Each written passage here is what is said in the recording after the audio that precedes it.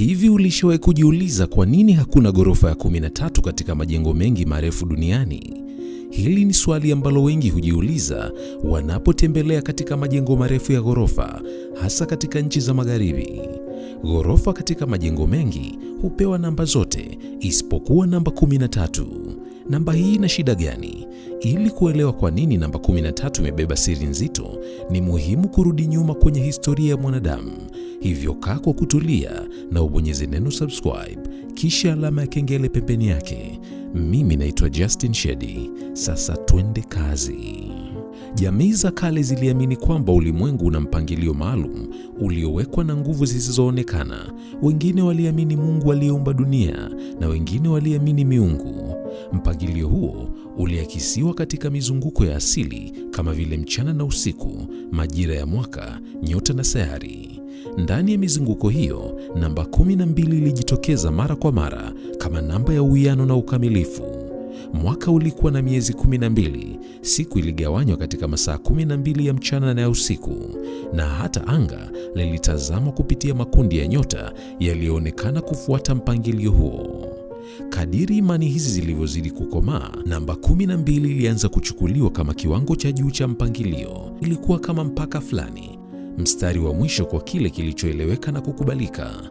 Namba yoyote iliyokuja baada ya hapo haikuonekana kama nyongeza ya kawaida, bali kama namba iliyovuka mpaka wa ukamilifu. Na hapo ndipo namba 13 ilipoanza kuchukuliwa kama namba hasi. Kwa akili ya wanadamu wa kale, kuvuka mpangilio uliowekwa na Mungu au miungu kulimaanisha hatari.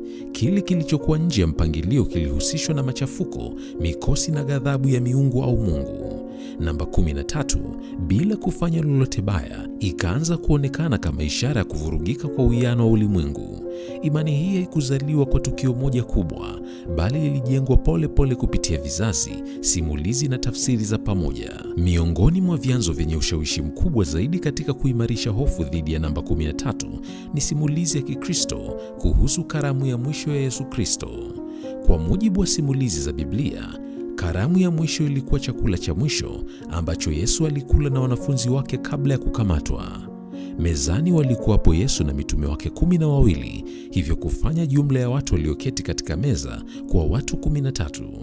Ndani ya kundi hilo, Yuda Iskarioti aliyekuja kumsaliti Yesu alikuwepo kama mmoja wa hao 12. Katika tafsiri za baadaye za kitamaduni, Yuda mara nyingi alihusishwa na wazo la kuwa wa mwisho, yaani mgeni wa 13 kufika mezani. Ingawa Biblia haisemi moja kwa moja nafasi yake aliyoketi au kwamba alikuwa mtu wa 13 kufika mezani, lakini tamaduni nyingi za kale zilimchukulia kama mtu wa 13. Baada ya karamu hiyo, mfululizo wa matukio mazito ulifuata. Yesu alisalitiwa, alikamatwa usiku huo huo, akateswa na hatimaye kusulubiwa. Kwa waumini wa Kikristo, haya yalikuwa miongoni mwa matukio ya kuhuzunisha zaidi katika historia ya imani yao. Kadiri simulizi hizi zilivyozidi kurudiwa kizazi baada ya kizazi, jamii ilianza kuona kila watu 13 waliokaa mezani kama ni ishara ya msiba unaofuata. Ni muhimu kuelewa kwamba katika miaka ya kati, yani Middle Ages, Biblia haikusomwa tu kama kitabu cha imani, bali pia kama mwongozo wa kuielewa dunia. Matukio yake yalichukuliwa kama ishara na funzo kwa maisha ya kila siku. Hivyo wazo la kukaa watu 13 mezani lilianza kuepukwa kwa jamii nyingi za Kikristo. Lilichukuliwa kama ishara inayoweza kuleta usaliti, mikosi au maafa. Kadiri Ukristo ulivyoenea Ulaya na baadaye sehemu nyingine za dunia, imani hii ilisafiri pamoja nao. Haikuwa tena hadithi ya kidini tu, bali ikawa desturi ya kijamii. Katika nyumba, migahawa na baadaye mahoteli, kuketi watu 13 mezani kulionekana kama jambo lisilofaa. Imani hii ilikuzwa kwa kiasi kwamba hata wale wasiokuwa waumini wa Kikristo walikubali kuwa sehemu ya maisha yao ya kijamii. Mbali na dini, mitholojia za kale zilichangia kwa kiasi kikubwa kuijengea namba 13 taswira ya bahati mbaya. Mitholojia hizi hazikuwa hadithi za kuburudisha tu, bali ilikuwa njia ya jamii za kale kuelezea maadili na hatari za maisha. Namba zilikuwa na nafasi muhimu sana, na pale namba zilipoonekana kuvuruga mpangilio uliokubalika, yani ule wa namba 12, mara nyingi namba hiyo ilihusianishwa na maafa.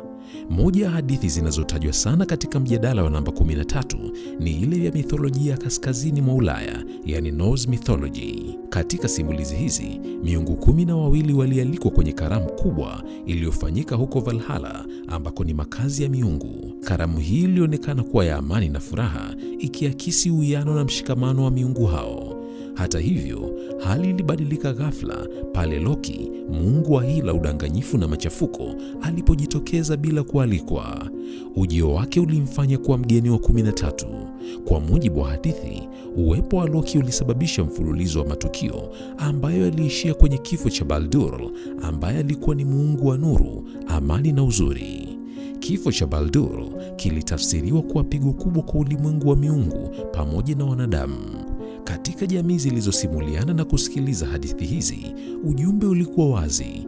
Pale ambapo mpangilio wa 12 ulipovunjwa na ujio wa 13, maafa yalifuata. Hivyo namba 13 haikuonekana tu kama idadi, bali kama ishara ya mgeni anayevunja amani na kuleta machafuko yasiyotabirika. Mitholojia kama hii ilikuwa na ushawishi mkubwa kwa sababu ilisimuliwa tena na tena kwa vizazi vingi. Taratibu, wazo la mgeni wa 13 likawa kanuni inayozingatiwa katika jamii nyingi. Karamu kamili zilifanyika wakizingatia watu 12, na mtu wa 13 aliaminika kubeba ishara ya hatari. Athari hizi hazikuishia katika Skandinavia pekee. Kadiri Ulaya ilivyokuwa na tamaduni kuchanganyika, simulizi hizi ziliungana na zile za Kikristo za kale, zikijenga picha moja kubwa ya namba 13 kuwa alama ya kuvurugika kwa mpangilio wa ulimwengu. Hivyo kwa pamoja wakaanza kuiona namba 13 kama namba isiyokuwa ya bahati. Tangu hapo, namba hiyo imekuwa ikihusianishwa na bahati mbaya. Katika tafiti zilizofanyika nchini Uingereza, ilidaiwa kuwa majengo marefu ambayo yalipachika sehemu za ghorofa yake kuwa sehemu ya ghorofa ya 13, sehemu hiyo ya jengo ilipata sehemu ndogo ya mauzo, kwani wapangaji huogopa kuishi au kufanya shughuli zao katika sehemu hiyo. Ina maana kuna hofu kubwa ya namba hii, na wengi mpaka leo wanaamini kuwa namba 13 inaleta bahati mbaya. Hivyo hata wajenzi na wasanifu wa majengo wamekuwa wakikwepa kuweka sehemu ya 13 katika majengo. Badala yake, inapotoka ghorofa ya 12 inakuja ghorofa ya 13, na wengine huamua kuipa ghorofa ya 13 kama sehemu ya karakana, yani sehemu ya kutunzia vitu au sehemu ya wazi. Hivyo hukwepa kuipa matumizi ya kawaida kama vile kupangisha kwa ajili ya makazi au masuala ya kiofisi. Asante kwa kutazama video hii. Niandikie kwenye sehemu ya comment. Je, unahisi namba 13 ni namba ya bahati mbaya? Au ulishawahi kukutana na kisa chochote kuhusu namba 13, iwe ni tarehe ya kuzaliwa au namba kwenye jambo lolote? Usisite kuniandikia kwenye sehemu ya comment. Mimi naitwa Justin Shedi na kutakia wakati mwema, na tukutane tena kwenye video nyingine.